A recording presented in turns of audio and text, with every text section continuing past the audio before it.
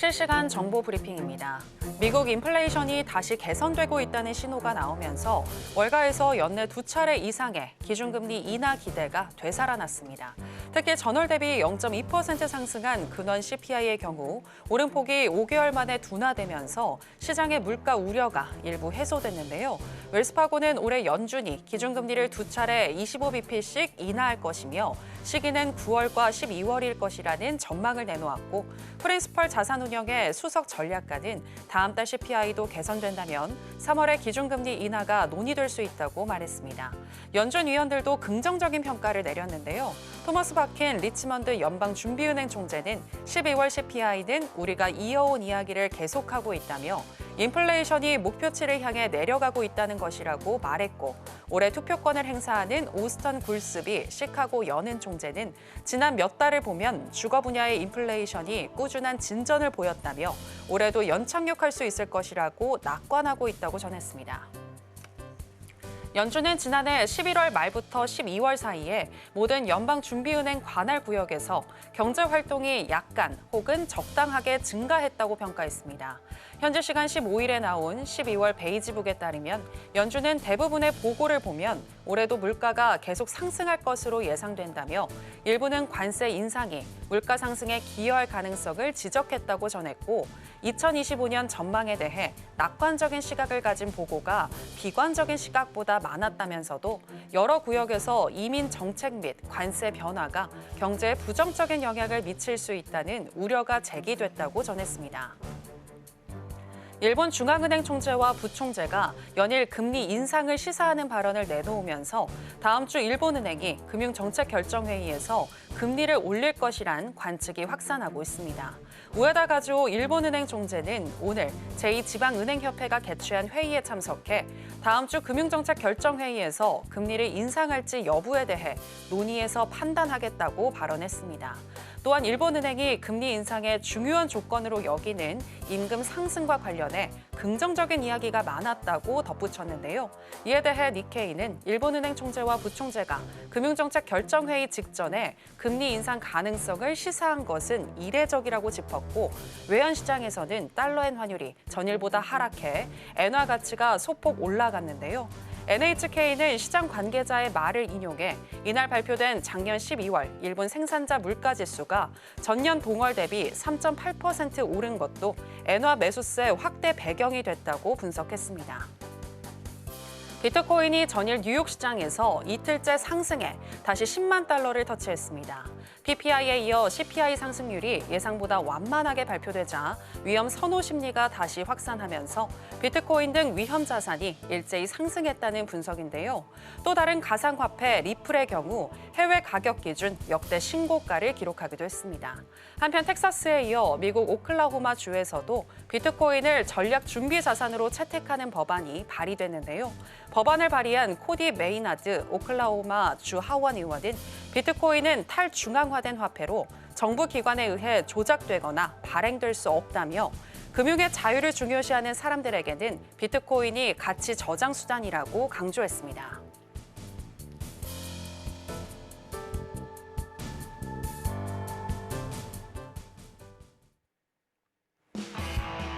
지금은 해선시대. 여러분 안녕하세요. 해외 선물 상황을 가장 빠르게 알려드리는 시간 해선시대 정규현입니다. 어제 미국 시장은 근원 CPI가 시장 예상치를 하회했고 특히 CPI의 많은 비중을 차지하는 주거비가 둔화되면서 시장은 환호했습니다. 여기에 주요 투자은행들이 어닝 서프라이즈를 발표하면서 주요 3대 지수 모두 급등으로 마감을 했는데요. 자, 그리고 오늘도 중요한 지표들이 많이 발표됐습니다. 12월 소매 판매 지표와 또 신규 실업수당 청구 건수, 또 필라델피아 연은이 집계한 제조업 활동 지수가 발표됐는데요. 어떻게 해석하고 우리는 어떤 전략 가지고 가야 할지 짚어드리겠습니다. 그럼 해선시대 오늘도 힘차게 출발해 보겠습니다.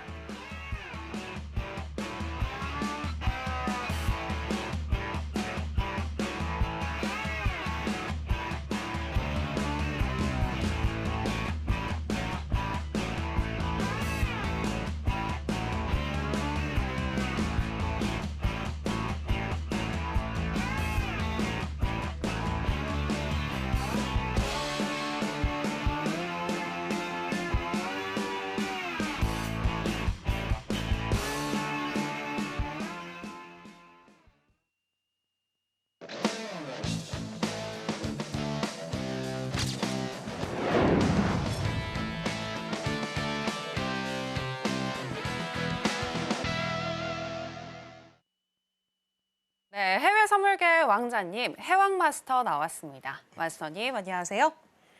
네, 오늘 뭔가 따뜻한 분위기신 것 같은데요. 우리 시청자 여러분들에게도 따뜻하게 인사 부탁드리겠습니다.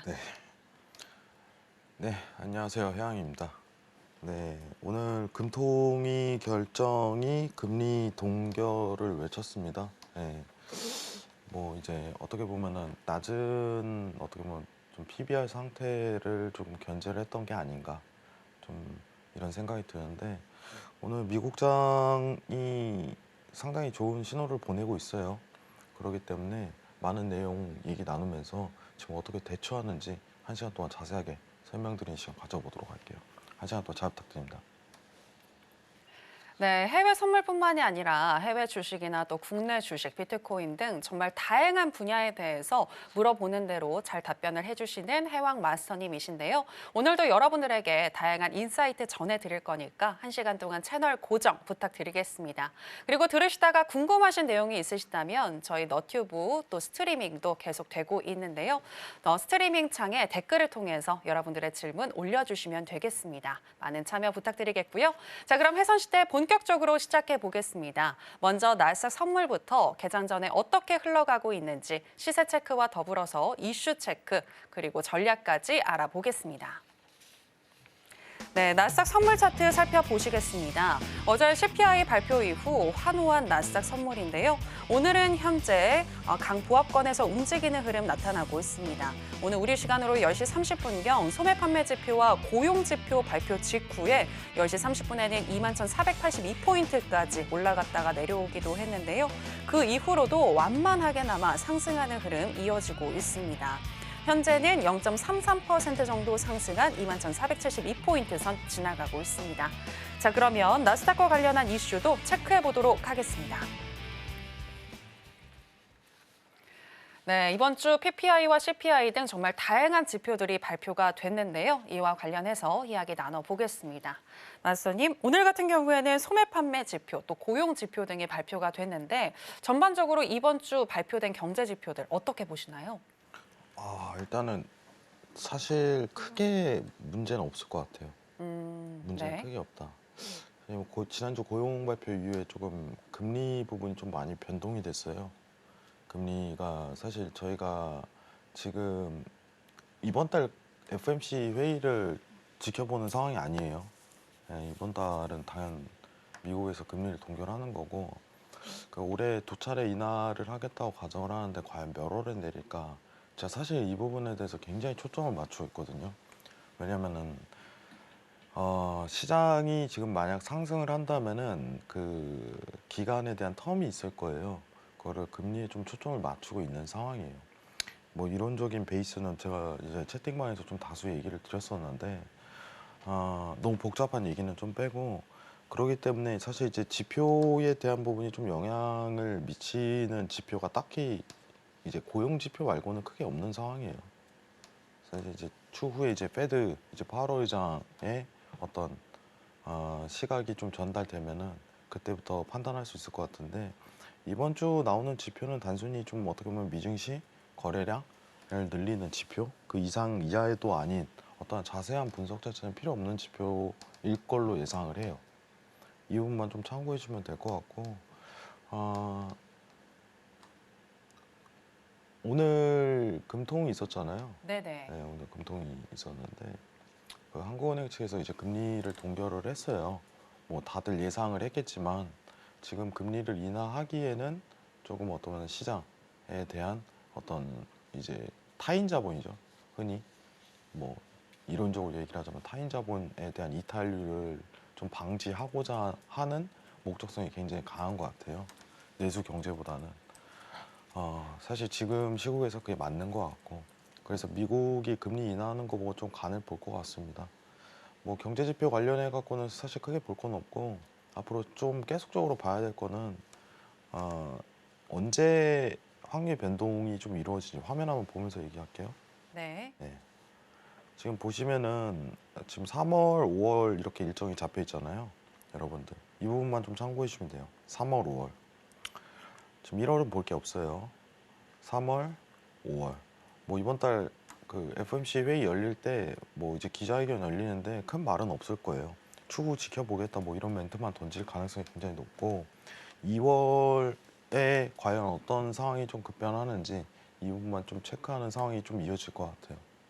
2월에 급변하는 상황을 체크한다는 건 뭐 CPI나 PPI 등등 뭐 이런 지표들인 걸까요? 아니 아니면- 그 사실 이제 제가 이제 트레이더 관점으로서 좀 얘기를 할게요. 네네. 이게 학술적 관점으로 얘기하면은 시청자분들 사실 도움이 안 돼요. 네네. 그 여러분들이 이 PPI나 뭐 이런 지표를 보는 이유는요. 이거에 대한 확률 가능성, 금리에 대한 확률 가능성을 어떻게 될까라는 유추 때문에 하는 거예요. 유추 때문에. 네. 근데 사실 의미가 크게 없어요. 제가 너무 솔직하게 얘기를 좀 드릴 수 있어요. 다른 방송 대비해갖고 트레이딩 관점에서 얘기를 하는 거예요. 여러분 트레이딩 관점입니다. 거래량이 다소 여기선 발생하겠구나 이런 부분만 좀 체크를 하면 되는데 이제 시장이 갑작스럽게 이제 변곡을 띠거나 급변을 하거나 아니면 추세가 확장되거나 이런 상황이 사실 이제 좀 금리랑 연관이 있어요. 금리랑 여기만 딱 초점 맞추면 돼요. 그럼 우리가 보통 이제 검색 엔진에다가 그 페드워치라고 검색을 하거나 한글로 표현을 하면은 금리 모니터링이라고 딱 검색을 해서 이 확률이 지금 어떻게 되고 있나만 체크하면 돼요. 어떤 이제 거시적인 시장에 대한 전체적인 방향성을 확보하고자 할 때. 왜냐하면 트레이딩 관점이니까. 트레이딩. 그러면 이 분석에 대한 지표값이 사실 어떻게 보면 내가 주식, 오늘 내가 산 주식 혹은 내가 오늘 해서낼 트레이딩 하는데 급변을 하냐라는 관점에서는 거의 없어요. 현실적인 얘기입니다. 이게 그럼 언제 먹혀요? 라고 했을 때 말도 안 되는 이제 긴축 정책이라든가 말도 안 되는 양적 완화 정책이 펼쳐졌을 때 그때 지표의 의미가 굉장히 커지게 돼 있어요. 근데 지금은 어때요? 말도 안 되는 긴축 정책 하나요? 양적 완화 정책 하나요? 지금 25bp 언제 내리나 이것만 따지고 있는 상황 내에서 지표를 가지고 이거 왈가불가 한다는 것 자체가 무의미한 상황, 트레이딩 관점에서는 무의미한 분석값이 이루어질 가능성이 저는 굉장히 높다고 생각을 해요. 현실적으로. 그래서 지표는 개인적으로 지금 고용, 물가 빼고는 좀 체크할 사항이 없다. 단순히 오늘 트레이딩, 오늘 진입 관점에 있어서 오늘 거래가 좀 다소 이 시간대 많이 발생하겠구나 라는 여부 정도만 좀 측정하셨으면 좋겠습니다. 개인적으로. 네, 또 그게 맞고요. 네, 실전 트레이딩 하시는 분들한테는. 그럼 지금 금리 모니터링 한 번만 더 보도록 할게요. 네. 지금 보시면은 지난주까지만 하더라도 이제 3월이 그래도 반반 여기만 좀 체크해 볼게요. 네. 전주까지만 하더라도 이 가능성이 희박했는데 점점 뒤로 밀리고 있어요. 금리 인하 가능성이.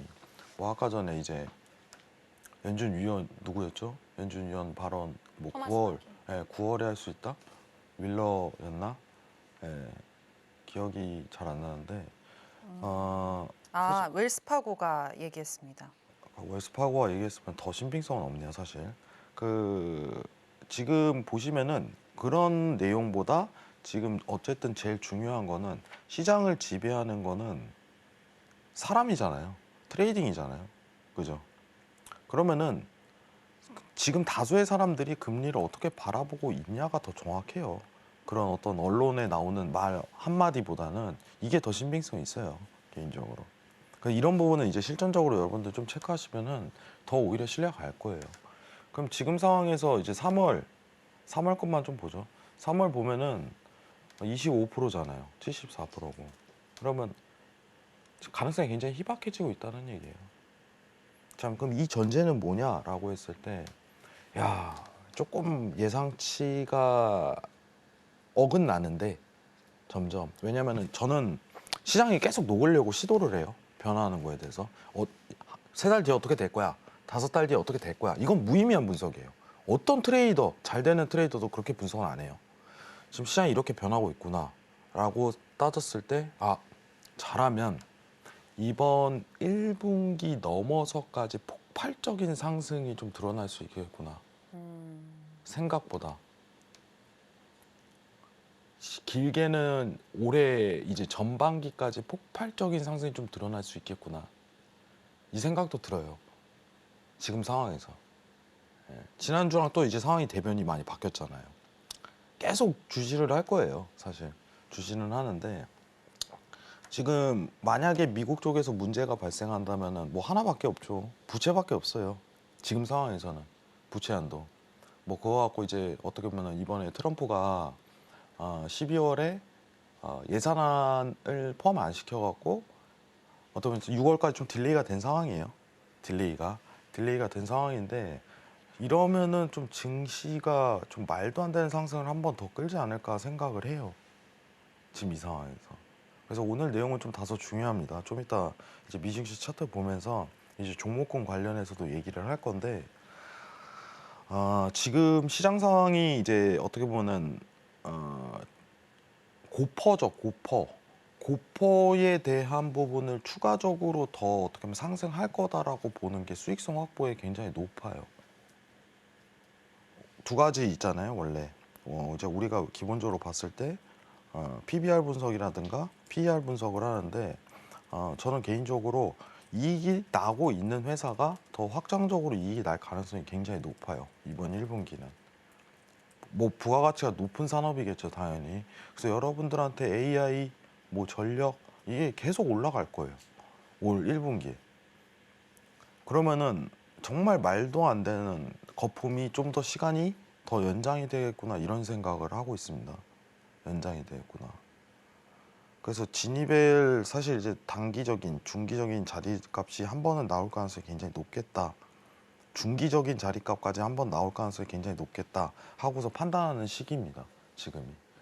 그리고 큰 변수 자체가 느껴지진 않아요.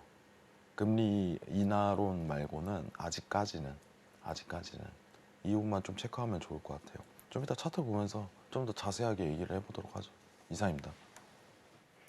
네, 이번 주에 다양한 경제 지표들이 발표가 됐는데 이번 주 거래량을 늘리는 것 그 이상도 그 이하도 아니었다라고 분석을 해주셨습니다. 이렇게 발표되는 지표들의 일희일비하기보다는 FOMC가 또 언제 연준이 FOMC에서 언제 금리를 인하할지 이 부분을 확인하는 게 가장 중요하겠다라고 얘기를 해주셨습니다. 자, 그러면 오늘 같은 경우에는 또 나스닥 전략 어떻게 짜야 할지 알아보도록 하겠습니다. 일단 인베스팅닷컴에 따르면 현재 나스닥 어떻게 분석하고 있는지 살펴드리겠습니다. 먼저 일간 기준으로는 매수 사인을 주고 있는데요. 12개 지표들 중에서 3개의 지표가 매수를 가리키고 있고요. 시간당으로 해서 봤을 때에는 12개 지표들 중에서 8개의 지표가 매수를 가리키고 있습니다. RSI와 MACD, ADX, CCI, 하이로스, 오실레이터, ROC, 브랜베어 파워 지금 이 지표들이 매수를 가리키고 있는데요. 그렇다면 마스터님의 의견은 어떠하신지 팻말을 통해서 확인해 보도록 하겠습니다.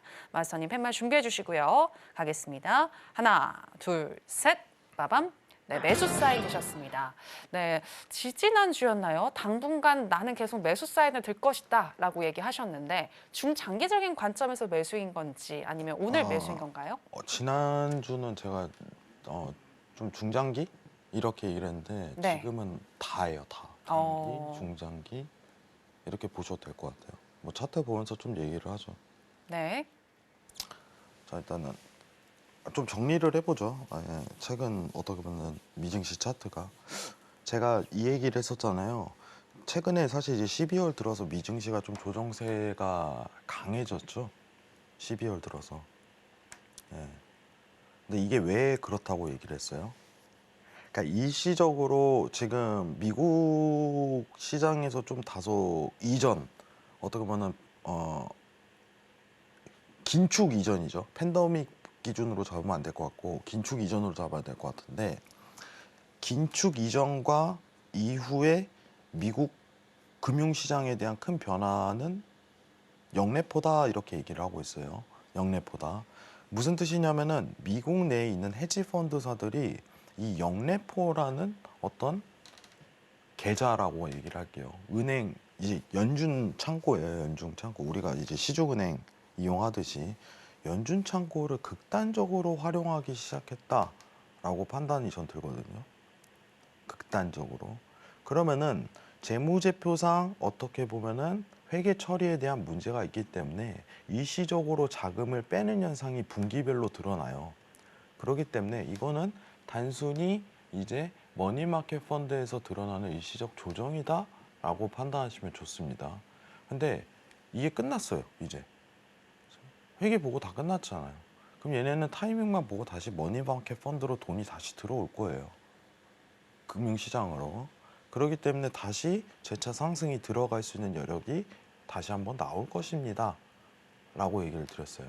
그러면은 지금 미증시는 앞으로 어떻게 될 겁니까? 라고 했을 때 일단은 고점은 우습게 넘어서 갈 것 같아요. 그냥 우스울 정도로. 지금 고점 다 왔잖아요. 고점 인근이잖아요, 여러분들. 보이시죠? 지금 오늘 이제 나스닥 기준, 나스닥 선물 100 기준 21,000 이제 500포인트 내외 가리키고 있는데 최고점이 22,380포인트잖아요. 이건 우습게 넘어요. 지금 상황에서. 그러면은 앞으로 향후 이제 제가 조금 보고 있는 차트에 대한 기준은 어떻게 흘러갈까라고 했을 때 2, 3개월은 시장이 상승으로 계속적으로 좋게 흐름을 이어갈 수 있을 것입니다 라고 판단하고 있습니다. 1번이 이해하시겠죠? 제가 좀 내용이 좀 길었죠, 여러분들? 이해 안 되실 거라고 생각해요. 자주 보시는 분들은 이제 조금 익숙해질라 하는데 오늘 처음 보신 분들은 지금 뭐 하는 거야, 뭘 하는 거야 이렇게 얘기할 수 있어요. 근데 중요한 거는 그냥 그것만 기억하세요. 시장 오를 거다. 1분기까지는 안정적으로 문제 없이 지금 시장이 고점이라고 해갖고 두려움에 떨 거는 없다. 이렇게 판단하고 있습니다. 어떤 강력한 어떤 변곡 시그널을 보낼 만한 요소 자체가 저는 드러나지 않는다고 생각을 해요. 자, 그래서 지난주에 제가 조금 중장기 이렇게 얘기를 했고 오늘은 단기 포함 이렇게 얘기 드리는 이유는 뭐냐면은 제가 사실 지난주에 좀 기다리라고 얘기를 했어요. 어디라고 했냐면 지금 방송 뭐 다시 보기는 이제 시청자분들이 알아서 좀 하시고 이 지지값을 맞을 가능성이 굉장히 높습니다 라고 얘기를 했어요. 근데 이게 단순히 차트에 대한 분석만 가지고 나오는 건 아니에요. 여러분들 단순히 제가 뭐 일목균형표의 스팬 값의 지지가 여기서 원래 지지 받아요. 이 결과값은 너무 이게 멍청한 분석이에요. 제가 지난주에 사실 이제 차트 분석에 대해서 좀 디스를 했죠. 네, 솔직하게 디스를 했어요. 왜냐면 저는 시장에 대한 논리랑 근본적인 원인을 파악을 하려고 해야 돼요. 여러분들 기술적 공부를 하면서 배웠던 단어는 뭐예요? 근본적인 원인을 파악할 수 없다예요. 이거는 다 아실 거예요. 대부분 공부하시는 분들이. 자, 그럼 시장이 지금 오르는 근본적인 원인은 단순해요. 계속 얘기를 하는 거예요. 유동성이 넘치니까. 그럼 유동성이 넘치고 시장에 들어올 돈이 있다는 건 앞으로 시장에 대한 추가적인 이런 상승에 대한 흐름을 한 번 내지 두 번은 더 볼 수 있다는 근거가 돼 버리는 거예요. 이해하시겠죠? 굉장히 간단합니다.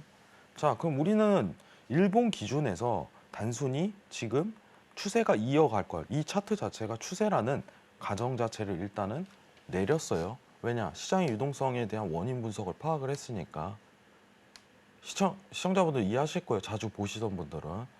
그런데 그러면은 그 다음부터 기술적 분석 왔을 때 과연 지지값에 대한 위치값이 이럴 때 어디서 맞물리냐라고 했을 때 1차가 이제 기준선 지진 자리고 2차가 스팬에 대한 지지 자리다. 이게 완벽한 어떻게 보면 추세에 대한 이론이다. 만약 이 얘기를 할 수 있어요. 전전일이죠. 전전일. 이번 주 월요일 27,700에 대한 지지가 정확히 받았다는 건 지금 상황에 시장에 돈이 계속 들어올 거라는 반증이거든요. 근거고. 그리고 유동성이 흘러 들어온다. 트럼프 대선 이전 어떤 취임이죠. 취임 이전 이후에 대한 어떤 시장 변화는 없을까요? 라고 했을 때 저는 없을 거라고 생각해요. 왜냐? 금융시장이 너무 좋게 이제 정책적인 변화를 일으킬 거니까. 그죠? 자, 1번 분석 끝났습니다. 지금 일본 기준이에요. 자, 그럼 60분봉을 넘어가는 거예요. 여기서부터 이제 단타 트레이딩 혹은 스윙 이상에 대한 중기적 관점, 스윙 이상에 대한 이 부분만 좀 포함을 시키면은 향후 차트에 대한 흐름도가 굉장히 간단하게 정의를 해야 돼요. 이것만 노려야 돼, 이것만. 예. 이해하시겠죠? 최근 조정장이죠. 힘들었죠. 매수매도 반복에 대한 랠리가 있으니까. 그러면은 어떤 장세에서 유리하게 포지션을 구축하고 수익을 낼 수 있는가라고 가능히 열어봤을 때 지금은 이 시장에 대한 차트 추세에 대한 시작점에 굉장히 가깝다라고 평가를 할 수 있어요. 가깝다. 가깝다. 자, 2700 일단 지지 받았습니다. 그리고 확대할게요. 추세 시작됐죠. 자, 추세 시작에 대한 근거는 뭐예요? 60분 봉에서. 자, 전환선과 기준선에 대한 우상향 모멘텀이에요. 기울기라고 표현을 하죠, 여러분들. 이 절대값에 대한 표현은 분석의 의미가 없어요. 기울기예요. 기울기. 우리가 주식 분석할 때도 똑같아요. 퍼에 대한 분석이 정확할까요? 절대값? 우리 퍼 배울 때 뭐라고 해요?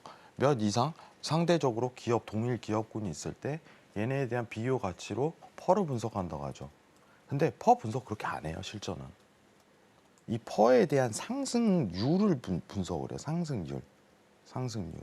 지속적인 상승률을 이끌 만한 요소 자체가 뭐가 있고 이게 실제 지표로 나오는지. 그럼 이것도 똑같아요, 여러분들. 기울기예요, 기울기. 기울기. 간단하게. 기울기가 우상향을 이렇게 딱 틀었죠, 여러분들. 차트 보시면. 좀 다시 볼게요. 이쪽인가요? 아, 이쪽이네요. 탁 틀었죠. 이 두 개가. 그러면은 추세가 시작될 수 있다, 된다 이렇게 평가를 하는 거예요.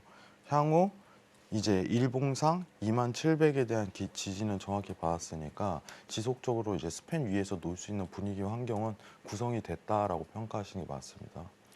그러면은 오늘 자리값에서 어디 위치값이 좀 더 명확하게 표현이 됐냐면은 자 보시면은 21,250포인트예요. 21,250포인트. 뭐 시간이 좀 오르면은 21,600포인트 이제 21,000 확인 다시 할게요. 여기입니다. 자, 21,250포인트죠. 네. 시간이 좀 지나면은 2300포인트까지 이동할 수 있어요. 왜냐? 이 기준선은 하나의 이동평균선의 일종이에요. 일목균형표의 기준선은. 그렇기 때문에 시간이 지남에 따라 계속 올라갑니다. 그럼 지지에 대한 위치값도 바뀌는 거예요. 정확하게. 그렇기 때문에 이 기준선에 대한 위치값을 보고 대응을 하셔야 돼요. 여기가 밑바닥일 가능성이 높아요. 60분 봉 기준입니다. 그래서 지금 현재 값은 21,250포인트 내외에 대한 매수가 유효하다 이렇게 평가할 수 있을 것 같습니다. 오늘 좀 말이 길었죠? 어렵고. 근데 한번 다시 보기 하시고 좀 생각해 보셨으면 좋겠어요. 이상입니다. 네. 지금 시장에 흘러 들어올 돈들이 많이 남아있기 때문에 현재 관점에서는 단기, 중기, 장기적으로 우리는 매수로 살펴보면 될 것 같다라고 얘기를 해주셨습니다. 이는 트럼프 취임 이후에도 계속해서 시장은 상승할 수 있을 것이다라고 분석을 해주셨고요. 구체적인 타점에 대해서는 21,250포인트 선에서 매수하는 거 얘기를 해주셨으니까 한번 참고해 보시면 되겠습니다. 자, 그리고 또 추가적으로 질문이 있는데요, 마스터님. 다음 주에 일본이 금리 결정을 하는데 현재 금리를 인상할 것이라는 전망이 높게 나오고 있습니다. 우에다 가즈오도 계속 지금 인상할 것이라는 것처럼 얘기를 지금 흘리고 있는데 마스터님 어떻게 보시나요? 사실 일본은 믿지 말자 이런 얘기도 하셨던 것 같은데. 네. 저는 이 친구들은 좀 신뢰가 없는 친구들이에요. 네네. 주변에 이런 사람들 있잖아요. 말을 했는데 신뢰가 안 가. 이 사람 말 한마디가. 그래서 저한테는 그런 친구들이에요. 아, 한 2주 전에 바꿔요, 말을. 예. 근데 미국은요, 신중해요, 말을 하더라도. 애들이. 왜냐면은 사실 영향력이 엄청 지대하기 때문인데, 사실 일본이 영향력이 이제 국제상으로는 굉장히 높은 편이에요. 높은 편인데, 사실 이제 일본도 물가를 신경 안 쓸 수가 없거든요. 안 쓸 수가 없는데, 엔캐리 트레이드가 만약에 저는 그런 생각이에요. 여기는 이제 어떤 이제 방송인들도 얘기를 하지 않는데 일본이 금리를 인상하더라도 저는 엔캐리 트레이드가 드러나지 않을 거라고 생각해요. 이거 진짜 왜냐면은 나중에 뭐 결과 보시면 아실 거예요. 일본이 만약 금리 인상했다. 근데 엔화가 갑자기 막 팍 상승하고 미국이 이제 갑자기 지수가 팍 하락하고 예. 네. 이게 안 드러나요. 근데 만약에 엔캐리 가능성이 있다 뭐 이렇게 얘기하시는 분들은 저는 나중에 어차피 결과로 승부 보면 되니까 이렇게 얘기하실 거죠. 공부 좀 더 하고 오셨으면 좋겠어요. 공부 좀 더 하고 오셨으면. 우리가 지금 일본 금리에 대해서 무서운 이유가 뭐예요? 무서운 이유가 여러분들 이제 어떻게 보면 일본 증시로 간 투자 자금이 다시 엔화로 돌아올까? 그러면은 이제 시장에 대한 어떤 무너지는 구조가 만들어지지 않을까라는 걱정이잖아요. 예. 근데 여기에는 전제가 두 개가 깔려요. 일본은 뭐냐면 미국이 금리를 인하를 하고 일본이 금리를 인상해서 이 폭이 줄어들어야 돼요. 그리고 두 번째 조건은 뭐냐면은 일본이 한 차례 금리 인상만 이루어지면 안 되고 향후 지속적인 금리 인상에 대한 시그널을 보내야 돼요.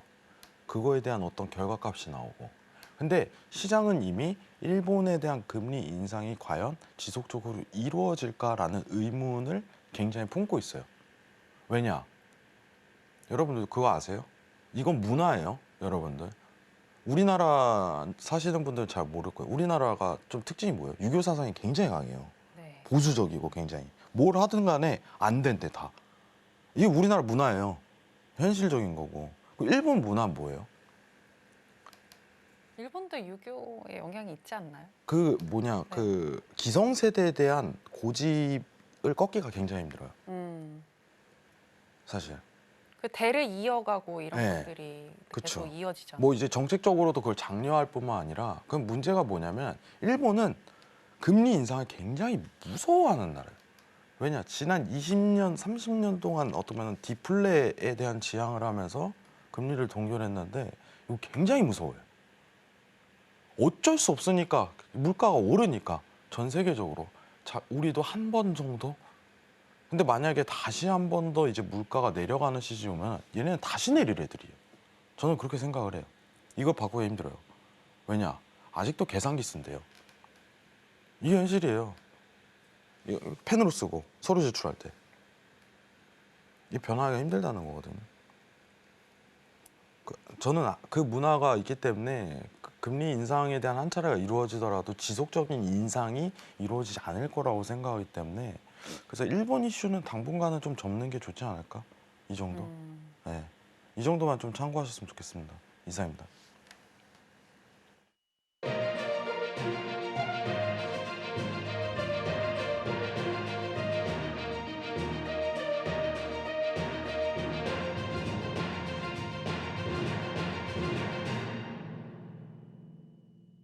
네, 우리 시간으로 11시 30분 미국 증시가 개장했습니다. 오늘 뉴욕의 주요 3대 지수 혼조세로 출발을 했는데요. 다우는 하락하고 S&P와 나스닥은 상승으로 출발을 했습니다.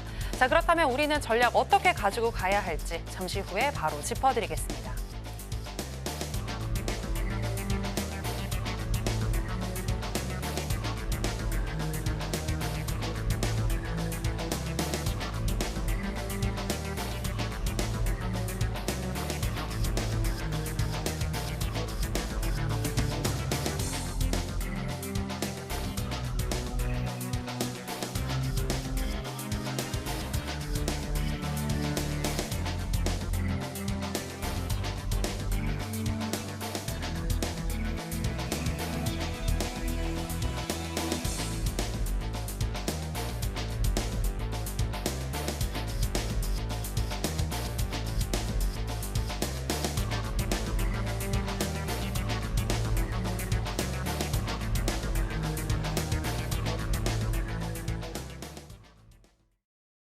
네, 그럼 나스닥 선물부터 개장 이후의 전략 살펴드리겠습니다.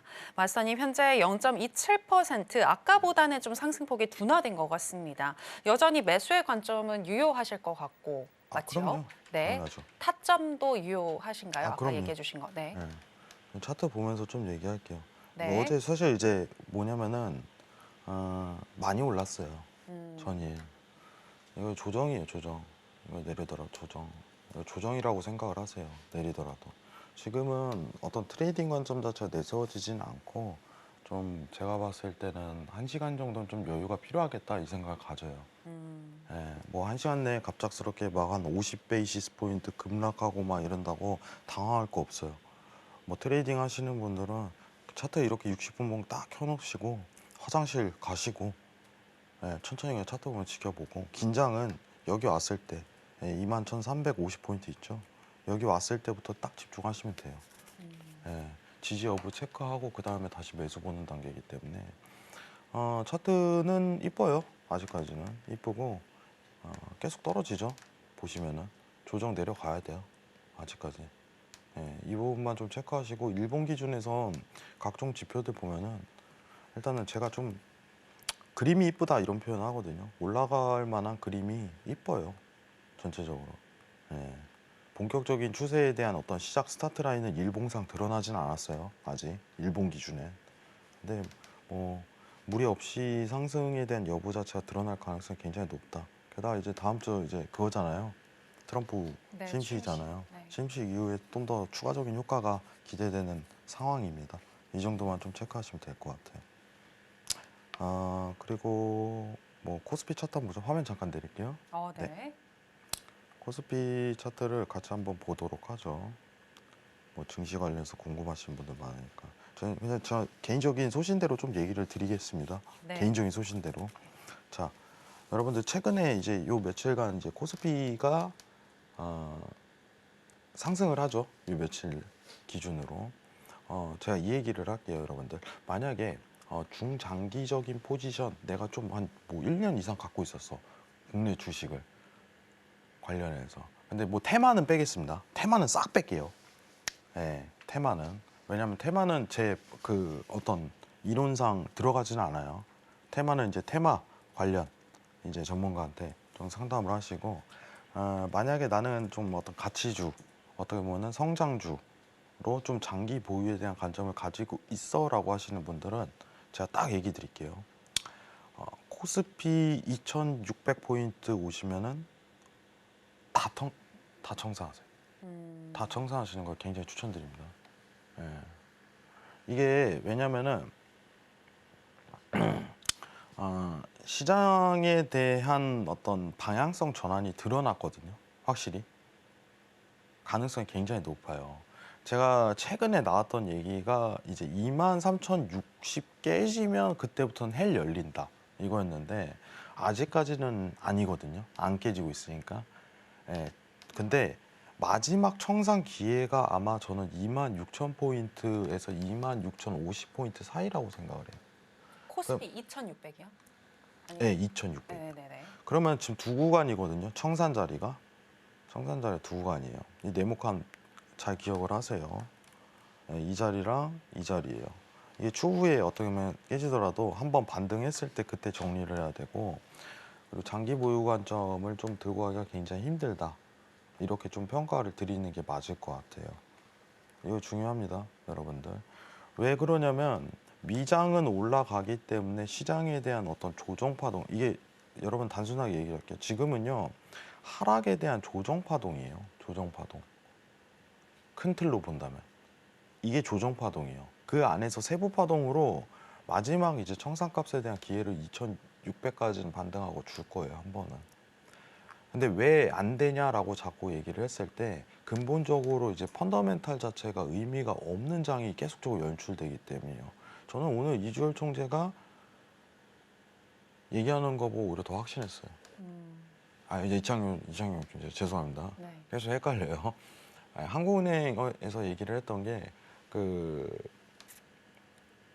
동결을 외치면서 주장했던 이론은 뭐냐면은 외인 자본 이탈이에요. 이탈. 근데 그만큼 이제 국가 차원에서도 굉장히 신경을 쓴다는 의미인데 그러면은 오히려 더 대변을 하는 거거든요. 코스피는 펀더멘탈이 무너져 있다. 이걸 대변하는 거예요. 최근에 사실 제가 좀 어떻게 보면은 그나마 좀 좋게 보는 건 반도체. 예, 반도체는 괜찮아요. 아직까지는. 왜냐면은 그래도 2등은 하거든. 전 세계에서. 2등은 해요. 1등 아니면 어때? 어쨌든 공급량이 지금 부족한 상황에서 2등이라도 해도 버티는 거지. 근데 이제 반도체 투톱 종목이에요? 그죠? 네. 어차피 대만한테 밀렸어요. 현실적으로. 근데 어떻게 보면 삼성전자에 대한 어떤 지금 진행 과정이라든가 행보가 그 다음을 대비하는 어떤 준비 과정 자체를 많이 기획을 하고 있더라고요. 나쁘지 않다라고 저는 평가를 하는데 중요한 거는 어쨌든 시장에 대한 구조 펀더멘탈은 좋지 않은 상황이에요. 예, 뭐 내수든 대외든 간에. 그래서 2600에서 마무리 정리를 하시는 걸 굉장히 적극적으로 좀 권유드리고, 첫 번째는 만약에 추후에 무너지게 된다면은 웬만하면은 2400선에서라도 정리를 한번 해야 돼요. 저는 이 얘기 드리잖아요. 코스피는 지금 수익 날려면 테마밖에 안 돼요. 무조건 테마밖에. 예, 그 단타밖에 안 된다고 계속 얘기를 하잖아요. 수익 내기 굉장히 힘들어요. 장기적 관점에서. 예전이랑 많이 바뀌었어요. 내가 뭐 한 달 들고 있으면 수익을 계속 낼 수 있다. 이런 관점들이 많았잖아요. 왜냐면 나이 드신 분들은 사실 이제 지속적으로 조금 어떻게 보면 트레이딩하기도 굉장히 힘들고. 근데 거기에 익숙해지면 안 돼요. 지금 매크로 환경이. 자, 원 달러 한번 볼게요. 계속 물어보시니까.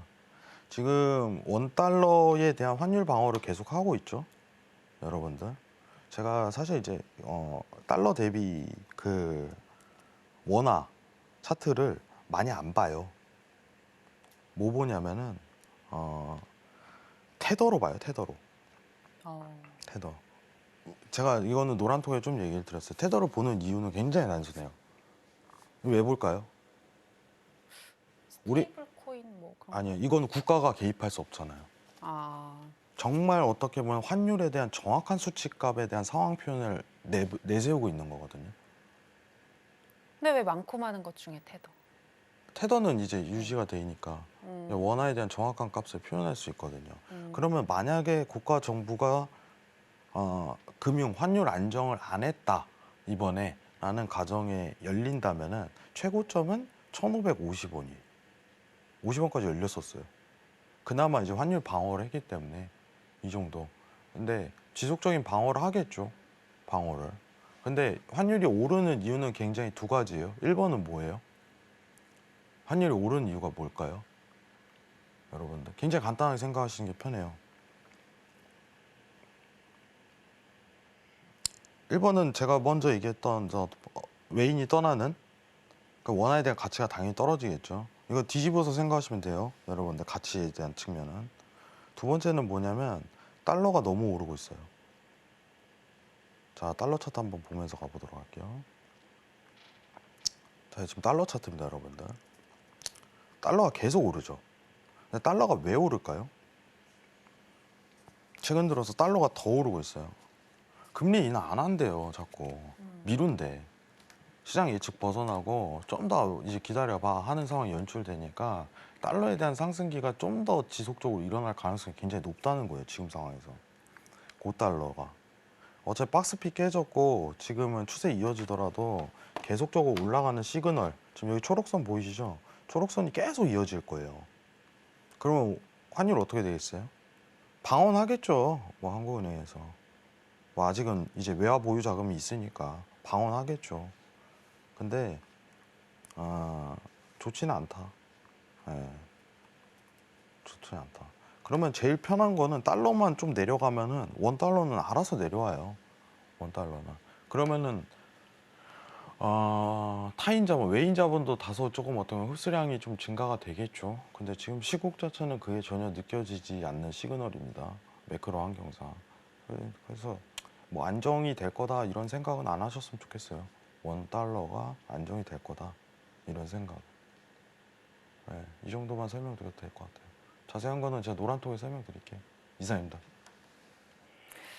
네, 현재 미국 시장 어제 많이 올랐기 때문에 조정 구간에 진입을 한 것이고 21,250포인트까지 하락을 하고 거기서 지지를 받아준다면 그때 매수로 들어가 보자라고 얘기를 해주셨고요. 우리나라 코스피도 짚어주셨는데요. 만약 2,600포인트를 터치한다면 그때 내가 가지고 있는 종목들 현금화 하시는 게 좋아 보인다라는 의견까지 들어봤습니다. 자, 그리고 계속해서 최근에 또 이제 물가가 잘 나오니까 또 비트코인에도 매수세가 몰렸습니다. 어제 10만 달러 다시 돌파를 했는데요. 리플도 많이 오르는 것 같더라고요. 이 코인의 흐름은 어떻게 보시나요? 일단은 뭐 코인은 제가 잘 안 하지만 그 순환주 아니면은 저는 웬만하면 쳐다보지 마시길 권유드리고, 뭐 여러분들 보시는 이제 리플과 관련된 어떤 이제 시가총액이 큰 등급이 있잖아요. 그 등급 기준 내에서 5위 등급 이내로만 좀 보시면 좋을 것 같고, 일단은 제가 지금 보고 있는 거는 12,000이에요. 12,000. 12만이에요. 12만. 12만. 12만까지는 무리 없이 상승할 가능성이 굉장히 높겠다라고 하는데, 어쨌든 이게 미증시랑 똑같은 흐름을 그린다는 건 이해하실 거예요. 어제 미증시 폭발적으로 상승했죠, 여러분들. 예, 그렇기 때문에 오른 거예요. 그렇기 때문에. 같은 요소. 이렇게 판단하시는 게 좋습니다. 그러면은 제가 차트만 좀 분석을 했을 때 원래는 지금 피보나치에 대한 부분이 완성이 됐는데 문제는 뭐냐면은 시장 매크로 환경에서 더 추가적인 부분이 확대가 드러난다면 12만 그 다음에 볼게요. 12만 다음에는 25만까지 열려버려요. 상황이. 피보나치로 보게 된다면. 이게 굉장히 무섭거든요. 근데 이 결정에 대한 부분은 저는 연준이 어떻게 앞으로 행동을 이끌고 가냐에 따라서 나올 것 같아요. 연준이. 이 딜레이하면 어떻게 돼요? 더 늘어지는 거예요. 올라가고. 짧아지면 그 다음에는 어떤 시장에 대한 위기론이 이제 확산이 되는 거고. 그래서 지금 사실 이제 많은 분들이 이제 언론이든 이제 너튜브든 시장에 대한 위기론 자체를 계속 내보내거든요. 위기론을. 여러분들. 근데 제가 그 얘기 할게요. 저도 공감은 하고 존중은 해요. 근데 중요한 건 뭐예요? 저는 트레이딩을 합니다. 트레이딩 관점은 달라요. 정확하게. 트레이딩 관점은. 그러면 어떤 대처를 하고 어떤 직접적으로 어떤 연출을 하고 어떤 포지션을 구축을 해야 되는지에 대한 자세한 게 필요해요. 우리가 뭐 공부만 하면 뭐예요? 어차피 수익 내려고 온 건데. 현실적으로. 이거 여러분 수익 내려고 차트 보는 거 아니에요? 공부하는 거 아니에요? 근데 수익 내는 얘기는 안 하고 자꾸 시장 위기가 어쩌고 미국이 어쩌고 이런 너무 늘어지는 거예요. 예. 그래서 이런 자세한 포지션 얘기는 안 해요. 위기 금융위기가 하더라도. 자세한 건 노란통에서 얘기할게요. 오늘 벌써 다 됐네요, 시간이. 이상입니다. 네, 비트코인은 12만 달러까지 무난하게 도달할 수 있을 것 같다라는 의견 들어봤고요. 오늘도 해외 선물뿐만이 아니라 국내 주식과 그리고 또 비트코인까지 정말 다양하게 알차게 한 시간을 꾸며주셨는데 해왕 마스터님과 함께 하시면서 또 올해 알찬 그런 수익들 만들어보고 싶다라고 하시는 분들은 지금 하단에 나가고 있는 내용 참고하셔서 함께 해보시기 바랍니다. 아쉽지만 마스터님하고는 여기서 인사 나누겠습니다. 마스터님 오늘 고맙습니다.